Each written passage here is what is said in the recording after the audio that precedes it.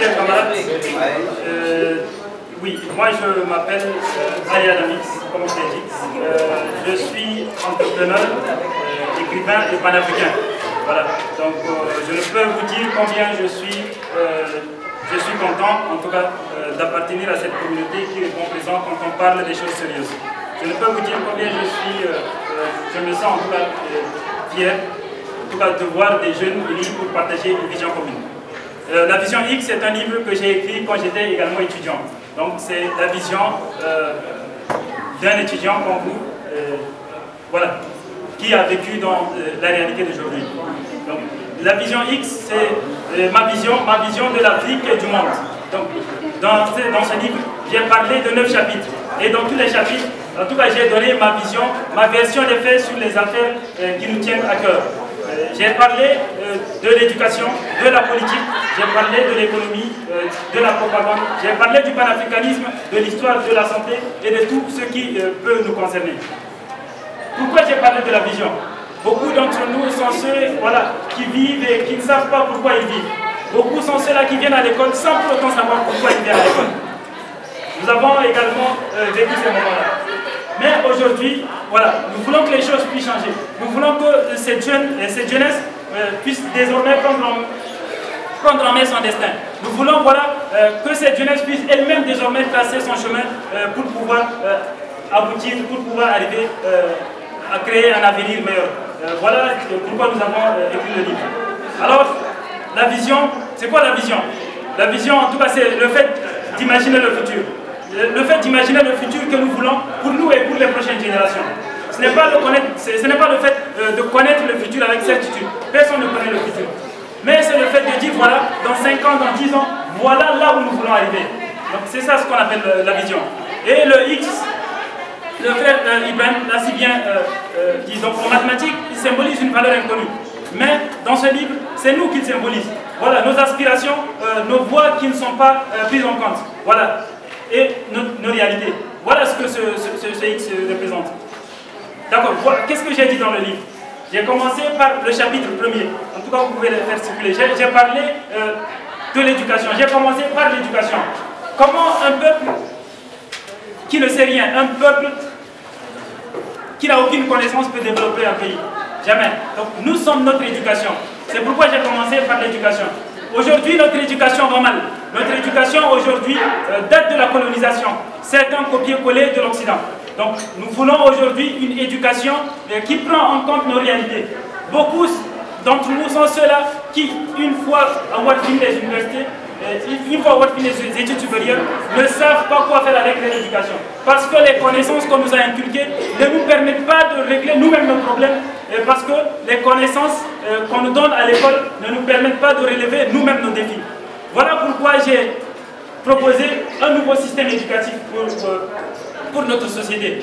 Dans le chapitre sur l'éducation, j'ai dit qu'il ne faut pas seulement, l'école n'est pas seulement un endroit qui nous permette d'acquérir des connaissances. Et loin de là, l'école, l'éducation doit être un endroit qui nous permette d'éduquer pas seulement nos esprits, mais également nos cœurs et nos âmes. Parce que un enfant qui a de la connaissance et qui n'a pas un bon cœur ne peut pas atteindre la gloire, ne peut pas apporter de la valeur ajoutée dans sa société. Voilà le système éducatif que je vous propose. Un système éducatif qui prend en compte nos réalités. Un système éducatif qui nous permet de résoudre nous-mêmes nos problèmes. Un système éducatif qui éduque nos esprits en nous donnant les informations nécessaires qui nous permettent de résoudre nous-mêmes nos problèmes. Un système éducatif qui éduque nos âmes. Un système éducatif qui éduque nos âmes afin d'aimer les nôtres, de nous aimer nous-mêmes, afin de mieux relever les défis d'aujourd'hui et de demain. Et un système éducatif qui éduque nos cœurs parce que un Africain qui n'a pas un bon cœur, peu importe son niveau d'études, peu importe la connaissance qu'il possède, ne peut pas faire grand-chose. Voilà les systèmes éducatifs que je nous propose. Et un système éducatif, retenez-le bien, qui éduque pas seulement nos esprits, mais également nos cœurs et nos âmes. Dans le deuxième chapitre, j'ai parlé du leadership. Comment peut-on développer un pays avec des mauvais leaders? C'est juste impossible. J'ai défini le leadership comme étant le fait d'avoir une vision, le fait d'accomplir une mission et le fait de faire la différence. Beaucoup de nos leaders aujourd'hui n'ont aucune vision. Beaucoup de nos leaders n'accomplissent aucune mission et beaucoup d'entre eux ne font pas la différence. Voilà pourquoi j'ai parlé du leadership. Donc, j'ai commencé par dire qu'un leader est celui qui a une vision parce que je pense qu'on ne peut pas conduire un pays, qu'on ne peut pas conduire une communauté tout en ne sachant pas où aller, tout en n'ayant aucune vision pour cette communauté-là, pour ce pays-là. Voilà pourquoi j'ai dit qu'un leader doit absolument avoir une vision. Et c'est pourquoi j'ai parlé, j'ai intitulé le livre La Vision X, parce qu'il nous faut commencer par avoir une vision, parce qu'il nous faut commencer par savoir exactement là où nous voulons aller. Donc j'ai dit qu'un leader est une personne qui doit avoir une mission, qui doit accomplir sa mission. Combien sont nos leaders qui accomplissent leur mission? Le leadership doit servir le peuple. Combien sont ces leaders-là qui servent aujourd'hui le peuple? J'ai dit que le leadership doit faire la différence. Combien sont ces leaders-là aujourd'hui qui font la différence? Combien sont aujourd'hui ces leaders-là qui ne font pas du copier-coller, mais qui prennent en compte les réalités de leur peuple pour faire avancer leur pays? Donc, voilà ma définition du leadership. Et j'ai proposé dans ce livre un leadership serviteur, un leadership qui sert le peuple, mais pas un leadership que le peuple sert. Troisièmement, j'ai parlé de la politique. La politique, c'est le fait de gérer une cité. Alors, si on est injuste, si on n'a aucune vision de là où nous voulons amener cette cité, si on n'a accompli aucune mission pour pouvoir faire avancer la communauté, alors on ne peut aller nulle part. J'ai parlé de la propagande. La propagande, c'est le fait d'imposer à une personne ou à un groupe de personnes une idéologie, en tout cas, peu importe. Aujourd'hui, nous sommes tous victimes de la propagande, que nous le sachions ou pas. Nous sommes tous victimes de la propagande parce qu'aujourd'hui, la plupart d'Africains ne s'aiment pas, mais aiment l'étranger. La plupart d'Africains disent oui ou non à un référendum sans pour autant savoir pourquoi elle dit oui ou non. Tout ça, ce sont les résultats de la propagande. Donc, la vision X nous met en garde contre les propagandistes et nous donne également des informations qui nous permettent de savoir exactement comment se prendre avec la propagande. J'ai parlé également de l'économie. Aujourd'hui, nous n'avons pas une économie qui est équilibrée. Aujourd'hui, malheureusement, la plupart des Africains, la plupart des Tchadiens, ceux qui sont riches deviennent de plus en plus riches et ceux qui sont pauvres deviennent de plus en plus pauvres. Voilà dans une société dans laquelle est une économie qui n'est pas équilibrée.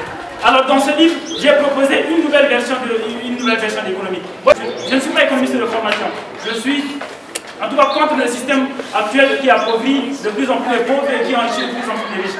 Mais j'ai utilisé, en tout cas en tenant compte de ma réalité, j'ai proposé une économie juste, une économie équitable. Une économie dans laquelle les égalités, les chances et les opportunités sont partagées. Où chacun a le droit d'y lever. Où on ne tient en compte que les talents. Pas, je sais pas, les ethnies ou les religions. Voilà. Et j'ai également parlé d'un chapitre sur le panafricanisme. Parce que moi je suis panafricain. Et je pense que l'Afrique doit s'unir. Je pense que l'Afrique doit s'unir parce qu'aujourd'hui, la France contrôle le Tchad parce que le Tchad n'a pas assez de force pour pouvoir faire face à la France. Si aujourd'hui, je sais pas, l'Angleterre contrôle quelconque pays en Afrique, c'est parce que ce pays-là n'est pas en capacité de faire face à l'Angleterre.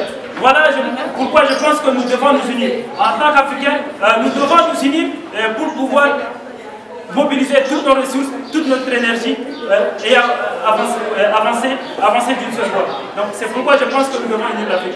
J'ai également parlé de l'histoire.